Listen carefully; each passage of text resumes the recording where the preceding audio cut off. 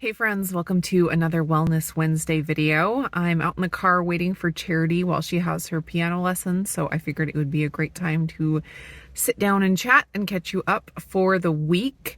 So tomorrow, let's see, today is Tuesday that I'm filming this. It will go live tomorrow on Wednesday.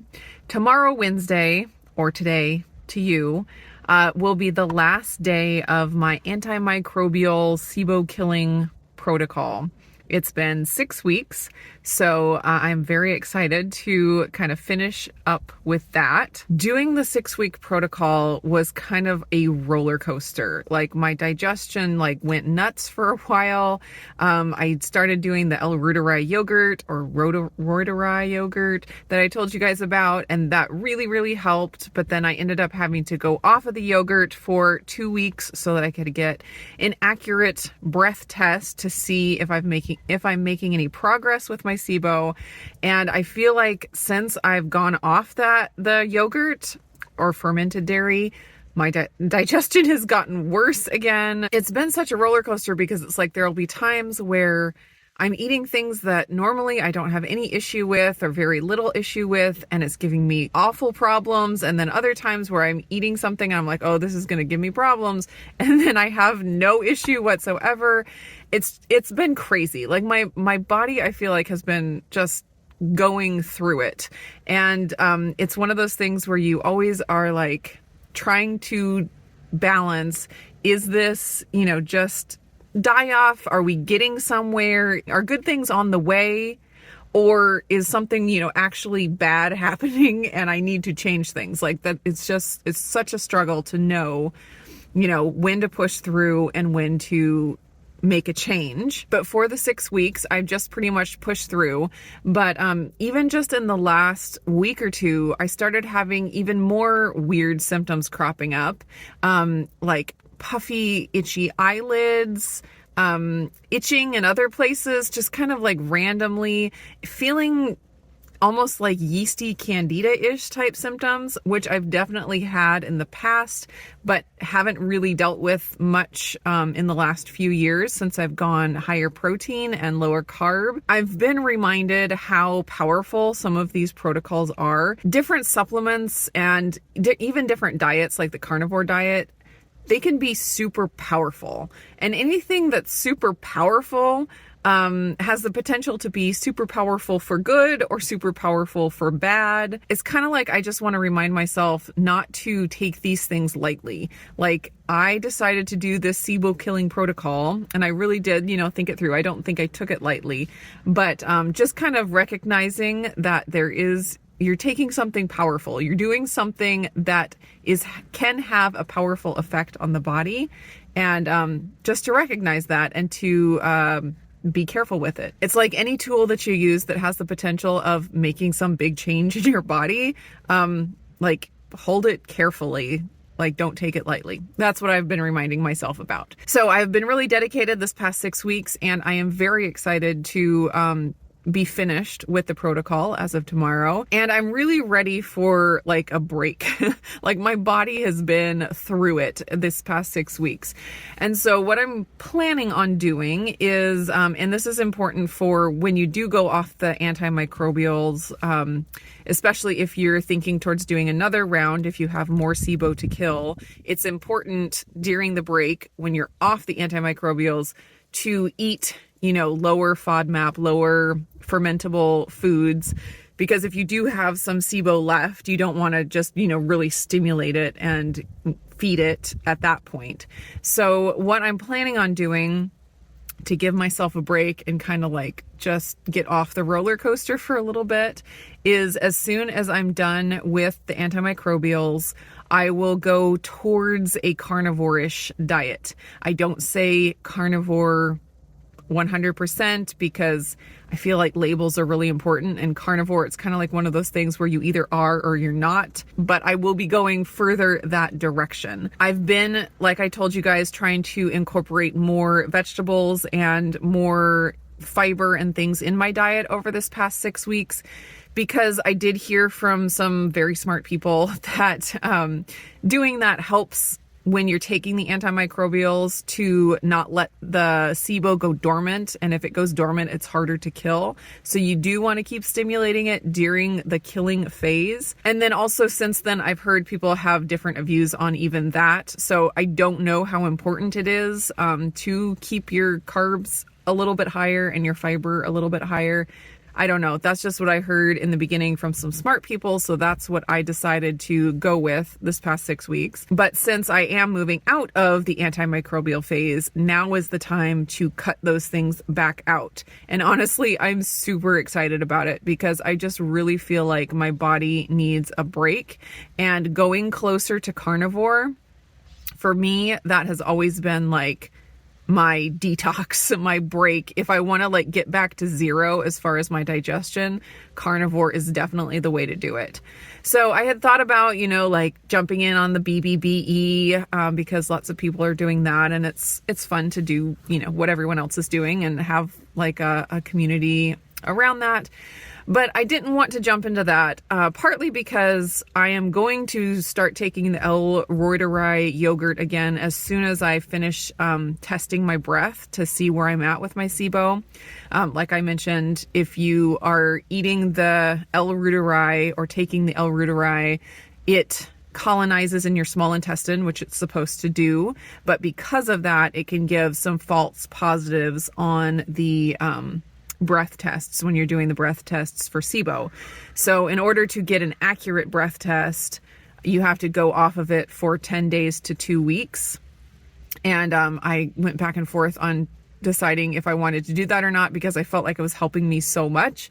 But finally I decided I just need to get a really good idea of where I'm at with killing my SIBO so I can make some solid decisions going forward. So I did stop the Reuteri yogurt, and today it's been 11 days since I stopped it. And so I will be doing my breath test after I finish the antimicrobial treatment. I also went back and forth on deciding if I wanted to take another breath test from the lab, the lactulose 3-hour breath test like I took before. I did a whole video that day that I took it so you could kind of see what it was like. But it's expensive, first of all. And then also I got the Food Marble Air 2 breath tester, and that you can do a similar type breath test. Of course, I can't get lactulose because that's a prescription drug, and I can't get that in order to do the lactulose breath test with the Air 2 device. So I was kind of up in the air, like, do I just switch the kind of testing I do and do like the inulin test that Dr. Davis talks about and just try to like compare it as best I can to the lactulose test that I started with. And it turns out that the SIBO lactulose breath test from the lab is going to be covered by my insurance. And so because of that, and because I won't have to pay for it out of pocket, I went ahead and ordered another one just so I could have a solid thing to compare to my first test. I think if I had had the Air 2 from the very beginning and I was able to do an inulin test with the Air 2 and then compare, my progress to that, I think that would be a really solid way to test for SIBO, but I didn't have the Air 2 when I first started. So I can't really go back and change that. So what my plan is to get the second lactulose breath test from the lab. And I'm going to do that. And at the same time as I do that, I think I'm going to go ahead and just do my Air 2 breath test at the same time. So I'll, blow into the thing for the little tubey that I send back to the lab. And then right after that, I'll blow into my Air 2 and write all that down just so I can compare one to the other. I thought that would be interesting. I also am planning in the time that, since I'm off the Reuteri yogurt, another day I will do the inulin test from Dr. Davis with my Air 2, and that'll just give me a solid starting place with that test. And so moving forward, I will be able to just do the Air 2 test with the inulin and be able to compare it back to the one that I take here after I'm off of the Reuteri for 2 weeks. So anyways, that's really confusing, but that's kind of my plan as far as testing and like seeing the progress that I made.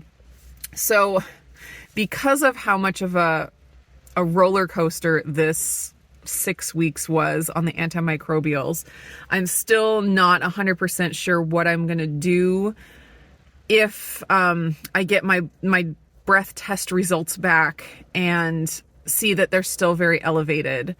Yeah, it was a lot, the 6 weeks. And I felt like some people talk about when they go onto a SIBO antimicrobial protocol, that taking the supplements makes them feel better in the short term. Like just taking them makes them feel better. I did not feel that. The time that I was on the antimicrobials, besides the time that I was on the Reuteri yogurt, I felt worse digestively. And that's still like, was that just die off? Was that a good thing ultimately? Or was that a sign that these antimicrobials were not, what was working well with my body? I don't know. Like that's where it's really hard to decide. So at this point, I don't know that I would go back onto the exact same antimicrobials that I was taking this last 6 weeks.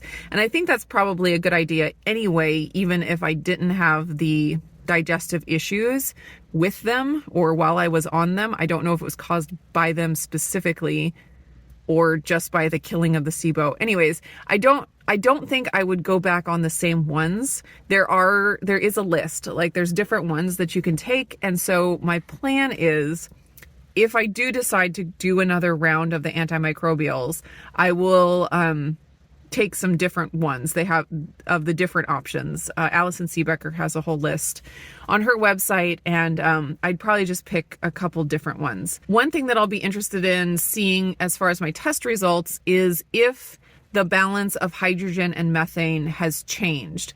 Because when I took my test, I had a high hydrogen and I had high enough methane to be a positive as far as methane SIBO, but it was not that high.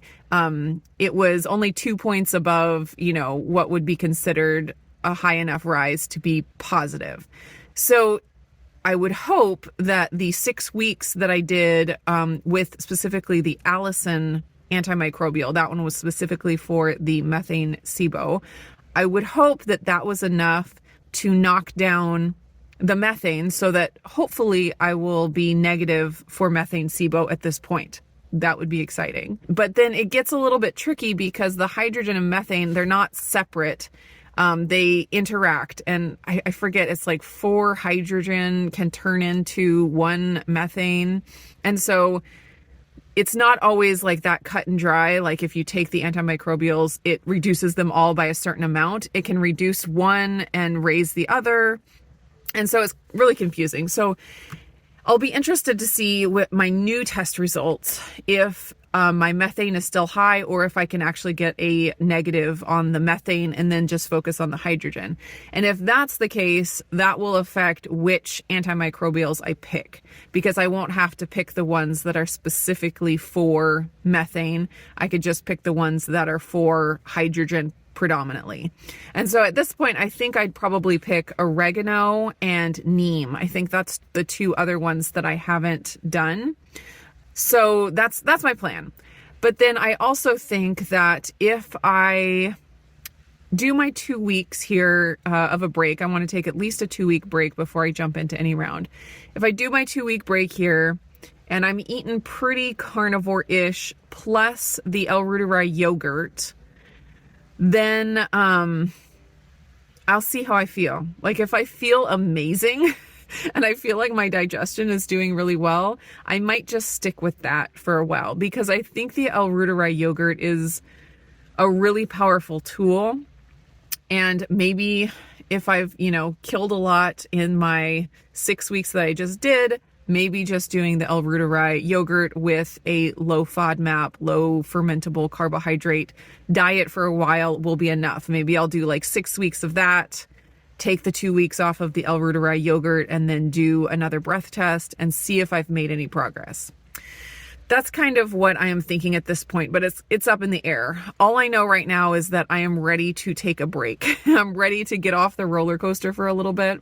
So I'm going to do the carnivore thing. I'm not going full BBBE because I do want to have the yogurt, of course, and that wouldn't be included in the BBBE. Also, I don't really feel the need to cut out things like pork and chicken. What I am going to do though is I am going to cut out cheese. I have been eating a fair amount of cheese recently, and I think with the yogurt being part of my daily diet, I just don't need that much dairy. Too much dairy is not good for me. So I'm going to just have the yogurt be my main source of dairy. I figured that since I am having the yogurt, it didn't really make a lot of sense to cut out the cream from my coffee because I don't have a ton of that. It's just a pretty small amount and something I really enjoy. So I figured it wasn't worth trying to cut that out. So my dairy is going to be butter, the yogurt, and cream in my coffee. And besides that, I'm just going to try to stick to meats and eggs. And I'm also going to try to keep my spices to a minimum, especially things like garlic and onion, because those are FODMAPs and they can stimulate SIBO. I've never noticed that I have an issue with them personally, but I just, in this 2 weeks in between like my killing phases, I just want to make sure that I'm not stimulating the SIBO. So I'm not going to say that I'm going to cut out spices completely, but I'm just going to try to keep it to a minimum, try to keep sauces and things like that to a minimum, just try to go meat-based with that little bit of dairy, and just kind of see how I feel for the 2 weeks. Hopefully in the next week or two, I'll be able to share my updated lab test so we can see if all of this craziness in the last 6 weeks has been beneficial or not. I'm very interested to see that. But I guess I will just leave it here for this Wellness Wednesday today. I hope you guys are all doing great, and I will see you again in the next video.